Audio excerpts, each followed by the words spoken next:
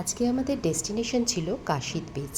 আর Kashid beach যেতে গেলে Mumbai Pune express way হয়ে যে মিসিং লিঙ্ক বলে যে মেগা স্ট্রাকচারটা হয়েছে, ইঞ্জিনিয়ারিং মেগা স্ট্রাকচার, সেইটার মধ্যে দিয়ে যেতে হয়।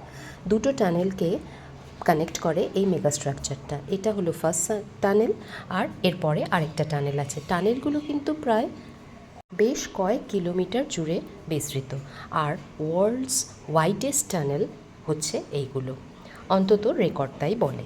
তো দেখতেই পাচ্ছ, একটা টানেল থেকে বেরিয়ে আমরা এই মেগা স্ট্রাকচারের মধ্যে দিয়ে যাচ্ছি, যেটার নাম মিসিং লিঙ্ক। এরপরে আমরা আরেকটা টানেলে এন্ট্রি নেব, এবং এই টানেলগুলোর মধ্যে দিয়ে যাওয়ার সময় আমাদের প্রত্যেকেরই কান বন্ধ হয়ে যাচ্ছিল।